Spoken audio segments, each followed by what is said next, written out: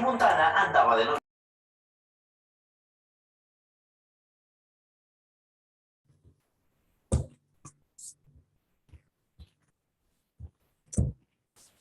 Buenos días a todos los estudiantes que están conectados. Vamos a empezar nuestra clase de hoy. Hasta donde hemos visto y con el ejercicio que hemos hecho al último, estamos en la unidad de movimiento de tierras. Hemos visto la forma de cálculo en vía recta y la fórmula de cálculo en vía curva, que está en base también al volumen en vía recta, pero más menos un coeficiente de corrección por curvatura que se debe determinar en función a varios casos. Esos casos pueden ser de corte a corte, de terraplén a terraplén, de corte a terraplén o de terraplén a corte, o casos mixtos, ¿no? Entonces, en cada uno de esos casos hemos visto varias relaciones que podemos utilizar para estas correcciones en vía curva. En el caso de corte a corte, esta es la ecuación para la corrección por curvatura. En el caso de terraplén, es esta otra ecuación para la corrección por curvatura. En el caso de corte terraplén, hay dos correcciones por corte y por terraplén. Y en el caso de terraplén a corte, también hay dos fórmulas para la corrección por corte y terraplén. Y finalmente los que les di en tarea para el caso mixto y el que hicimos también en ejercicio de un caso mixto con un caso de terraplén puro. Entonces hasta ahí hemos podido ver los volúmenes tanto en vía recta como en vía curva. Ahora, ¿qué hacemos con esos volúmenes? Los pasamos a una tabla de volúmenes acumulados. Entonces ahí en la tabla de volúmenes acumulados nos interesa colocar las progresivas, las áreas de corte, las áreas de terraplén, los volúmenes de corte, los volúmenes de terraplén, y acá aparece una columna con volumen corregido. ¿Cuál es el volumen corregido? Es el volumen que por transformación de consolidado a suelto y de suelto a compactado se produce por la expansión o contracción del material. Entonces, normalmente en Bolivia estamos acostumbrados a hacer la corrección del volumen en corte. Puede hacerse en corte o en terraplén, pero normalmente lo hacemos en corte. Nunca se utilizan las correcciones a ambos, a corte y a terraplén. No, solamente se utiliza o a corte o a terraplén. Entonces, si hacemos a corte, aquí aparecerá el volumen corregido de corte. Y después hallamos los volúmenes acumulados, que en el primer caso será 0, y para los siguientes será el volumen anterior, que es el volumen acumulado anterior, más el volumen de corte, y si en este caso es corregido, más este volumen corregido, menos el volumen de terraplén. Y así se van obteniendo los volúmenes acumulados. Una vez que ya tenemos los volúmenes acumulados, podemos pasar a poner en el diagrama de masa o en el diagrama de Bruckner los valores de volúmenes acumulados. Esos volúmenes corregidos que hemos hablado por la transformación de la expansión y la contracción, podemos visualizar en este gráfico. Cuando un suelo está consolidado, tiene una forma de cubicarse. Ese suelo consolidado pasa a ser suelto al hacer la excavación, y entonces en esa calidad de suelto ha sufrido el volumen una expansión del 5 al 25%. Eso dependerá del tipo de material. En la práctica se puede hacer el ensayo correspondiente para determinar la expansión en el laboratorio de suelos, o se puede utilizar los coeficientes ya colocados en la bibliografía respecto a coeficientes de expansión para diferentes materiales. Entonces, hay un coeficiente de expansión para cada tipo de material, y ese sí podríamos usarlo para expandir el material consolidado. Pero ese material suelto va a pasar en la construcción a ser parte de un terraplén, y un terraplén es compactado. Entonces va a sufrir una contracción. Ese material suelto va a sufrir una contracción del 10 al 25%. Esa contracción tiene que corregirse con un coeficiente de contracción. Entonces, hay ambas situaciones que se pueden dar en la carretera, y por eso es necesario hacer una corrección. Por eso es la columna de volumen corregido. Entonces, ¿cómo se puede corregir los volúmenes? Ya les decía, por expansión, es decir, se incrementa el corte con el factor de expansión. Los factores de expansión siempre van a ser mayores a 1, ¿no? Entonces, desde 1.30 o 1.40, que son las rocas, hasta el valor de 1, ¿no?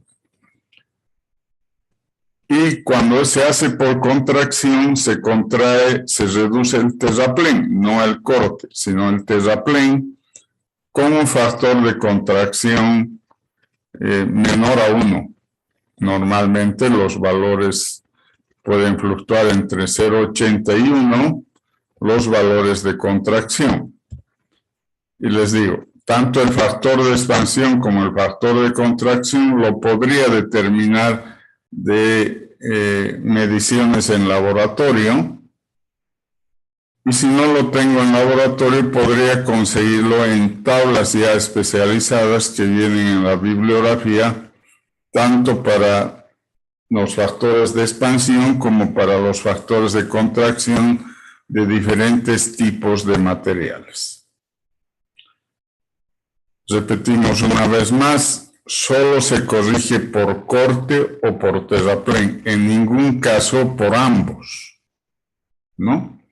Entonces, en nuestro país acostumbramos a hacerlo por corte, es decir, expandir al corte. Esos volúmenes acumulados que ya tenemos en la tabla y calculados para toda la trayectoria de la carretera, en todas sus progresivas, pasamos a un gráfico que se denomina diagrama masa o diagrama de Bruckner.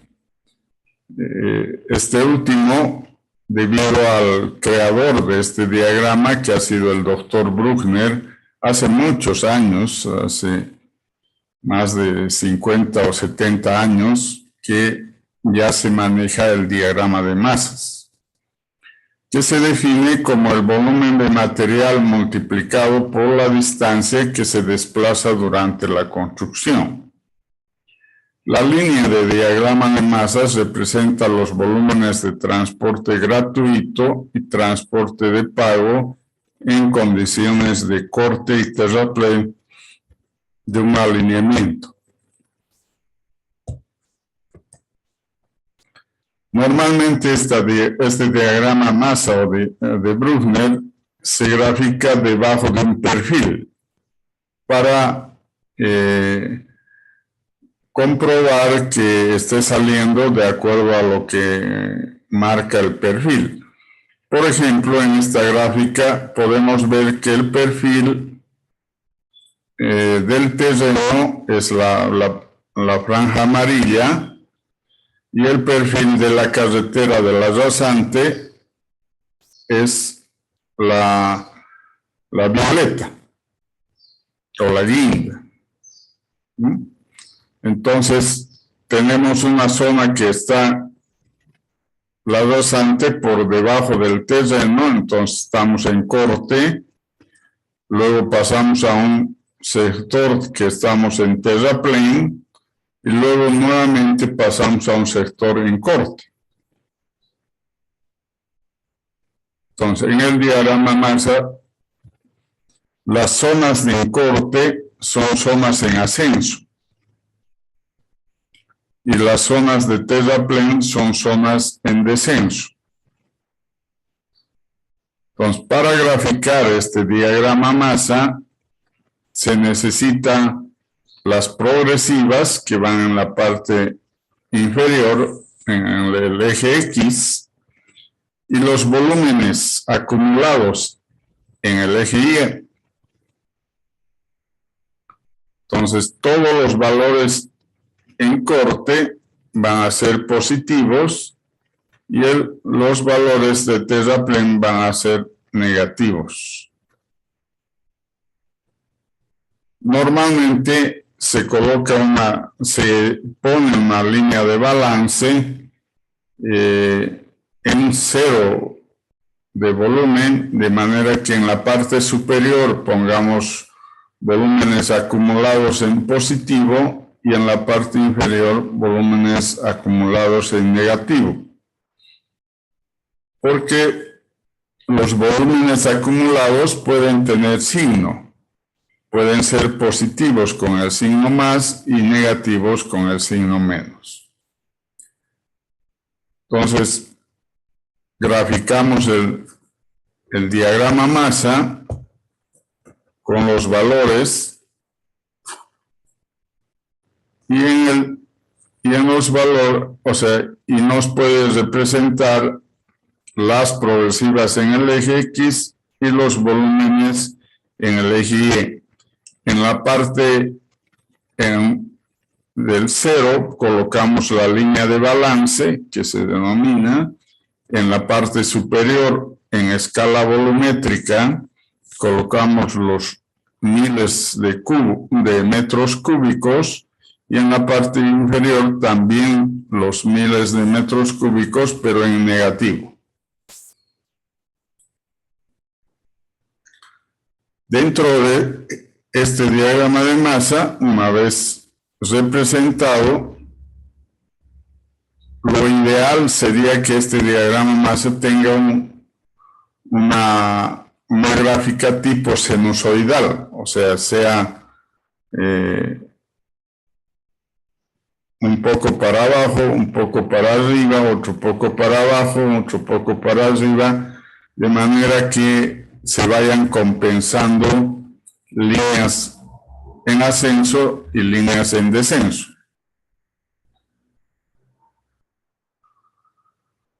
Les había dicho que este es el último diagrama que se hace de una carretera, del diseño de una carretera, y aquí nos podemos dar cuenta que qué hemos hecho con el diseño y si está bien o está muy mal, y en caso de que sea mal, tendría que volver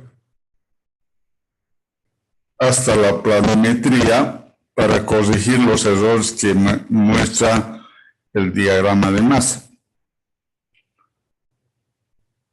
¿Cuándo sería un error? Por ejemplo, que todo el material del diagrama de masas esté en corte, o sea, todo está encima del cero y no haya compensación alguna. Sería un proyecto muy caro. O esté por debajo, que todo esté en terraplén. También sería un proyecto muy caro porque sería que armar y además inestable porque estamos diseñando a la carretera en zonas de terraplén simplemente. Entonces, ninguno de los dos casos es recomendable y lo recomendable es que sea del tipo sinusoidal. Se puede ver en este ejemplo que no es una sinusoidal perfecta, pero sí tiende por lo menos esta primera parte a ser sinusoidal. Dentro de este diagrama, entonces, el primer concepto que hay es la distancia libre de acarreo. ¿Qué es la distancia libre de acarreo? Es la distancia máxima a la que puede ser transportado un material, estando el precio en esta operación incluido el de la excavación. Por convención se ha adoptado que una distancia de acarreo libre puede ser desde 20 metros. La distancia entre los centros de gravedad queda comprendida entre 20 y 120 metros. En nuestro país, esa distancia libre de acarreo viene por normativa de nuestras normas. Y ahí establece que en los proyectos de carreteras administradas por la ABC, la distancia libre de acarreo es de 300 metros. Y en esos 300 metros no se paga transporte, que debe ser responsabilidad del contratista, de la empresa contratista, de llevar el material de corte hasta los lugares de relleno en una distancia de 300 metros sin cobro económico. Ya pasado los 300 metros sí tiene un costo que tiene que pagarse por el proyecto. En otros proyectos que no sean del ABC, el proyectista podría generar cuánto le pone a esa distancia libre de acarreo. Jugar desde 20 metros hasta 120 metros, porque lo ideal es que no tenga un costo de transporte. Entonces sería bueno empujar con una pala de buen tamaño, empujar ese material hasta la zona de terraplén. Cuando la distancia es muy larga, o cercana a 300, convendría utilizar un material aunque no se cobre, porque saldría más barato que utilizar el combustible y el desgaste de un equipo pesado de tractor. Entonces, es el proyectista el que tiene que decidir en algunos casos, y en casos de que la ABC ya licite el tramo, o sea, estamos obligados a aceptar por normativa que 300 metros es una distancia de acarreo libre y no tiene costo. Para visualizar en el diagrama masa esa distancia libre de acarreo, se traza una línea paralela a la línea de balance y se hace recorrer en el gráfico hasta que corte a 2 puntos en sentido contrario. Es decir, uno ascendente y uno descendente, o al revés, un descendente y un ascendente. Entonces, hasta ese punto llegamos, ahí cortamos, y todo el material por encima de esa línea es un volumen compensado, porque tiene una parte de corte y tiene una parte de terraplén. Por lo tanto, el volumen está compensado en ese sector de la distancia libre de acarreo. Entonces, eso puedo hacerlo en todos los lugares del diagrama masa, que me permite identificar líneas paralelas a la línea de balance que corten a la curva de diagrama masa. Otro concepto que se presenta en el diagrama masa es los lugares que salen de la distancia libre de acarreo y se convierten o en excedentes de corte o en excedentes de terraplén, dependiendo del sentido de la gráfica del diagrama masa. Si el sentido es superior, entonces tenemos un excedente de corte a partir de la línea que empieza en la distancia libre de acarreo. Todo lo anterior resulta ser un excedente de corte. O sea, es un material que debo transportar o a un terraplén, si me va a servir, o a botar a un depósito como basurero, que se llama en carreteras unas fuentes de depósito de este material que no lo vamos a usar. Otra de las posibilidades en el diagrama masa es que en el diagrama masa que esté en descenso, todas las áreas que estén fuera de la distancia libre de acarreo se convierten en excedentes de terraplén. Aunque la palabra aquí de excedente suena mal, porque excedente siempre da la sensación de un sobrante. Pero en este caso, como es el terraplén, más bien es un faltante. Pero le llamamos igual excedente de terraplén, así que solo tenemos que tener la concepción de que el excedente es un faltante.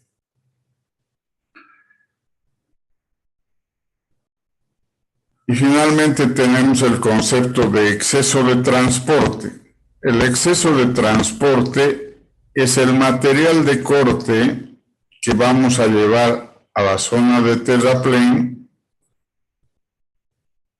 determinando el volumen de ese corte, que es el excedente de corte, ubicado el centro de gravedad de esa parte que normalmente va a ser triangular y será a 1/3 de la base, el centro de gravedad, hasta el centro de gravedad del terraplén, que va a ser otro triángulo y ubicaremos a 1/3 o 2/3 de la base. Entre esos centros de gravedad, entonces, hay una distancia, y esa distancia por ese volumen de corte se llama exceso de transporte. Entonces, va a haber exceso de transporte en aquellos lugares donde hay un excedente de corte que quiero llevar a una zona de terraplén. Entonces, este es el diagrama de masa como elemento más importante y final del diseño de la carretera, donde se evidencia todo el movimiento de tierras que va a existir en la construcción de esa carretera. como se darán cuenta, de todas las carreteras son millones de metros cúbicos que se mueven y obviamente esos metros cúbicos en lo posible debería utilizarlo en terraplenes del mismo proyecto, o en caso de que no sirva ese material o no cumpla las especificaciones, podemos llevar ese material a buzones, que son depósitos de material que no se va a usar, que están en la carretera. Entonces, con esto terminamos el movimiento de tierras. Esto concluye al movimiento de tierras, a todo el movimiento de tierras, esta es su representación, y los valores referenciales de excedentes de corte, excedentes de terraplén y excesos de transporte. Con eso podemos concluir el diseño geométrico y ya para terminar nuestro avance, lo que vamos a ver como última unidad es el de drenaje para complementar al diseño geométrico. Hasta acá vamos a avanzar hoy. No sé si hay alguna pregunta, alguna aclaración sobre esta parte del movimiento de tierras antes de que pasemos al control de los proyectos.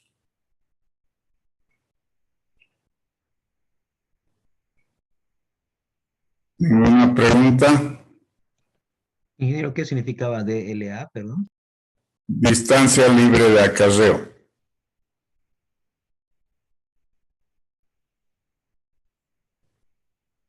En ese lugar es parte corte y parte terraplén que se compensan, ¿no? Por eso se llama distancia libre. Si se compensan, no es necesario el transporte de ese material, sino ese material se empuja normalmente con el tractor o con una pala cargadora o una retroexcavadora, dependerá la empresa con qué equipo pesado hace ese trabajo en el volumen compensado.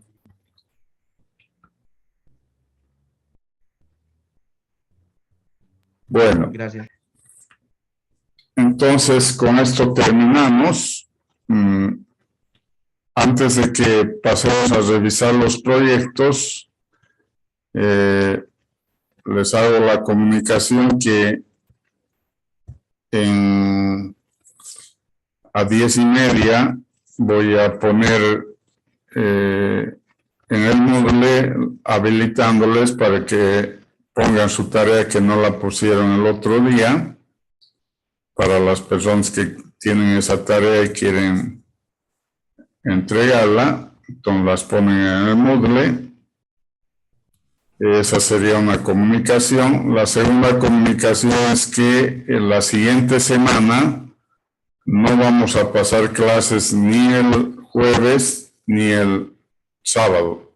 Porque yo justamente ese jueves estoy viajando al exterior por cuestión médica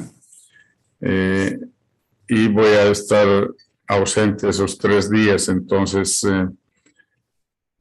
quisiera que aprovechen en el avance del proyecto, porque de aquí a 15 días tendrían que entregar la altimetría, es decir, todo el cálculo de rasantes y de curvas verticales, ¿no? Entonces, quisiera que avancen en eso, y para ir un poco aprovechando esos horarios libres de carreteras, voy a dejar una tarea en el Moodle para que la hagan durante esa semana, que son ejercicios de esta segunda parte que estamos avanzando, preparándonos para la segunda evaluación.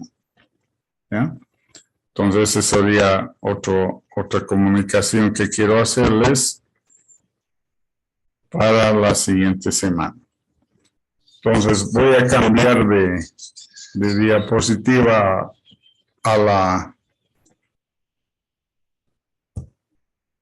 diapositiva de los grupos. Por favor, ustedes me esperan para que empecemos la revisión.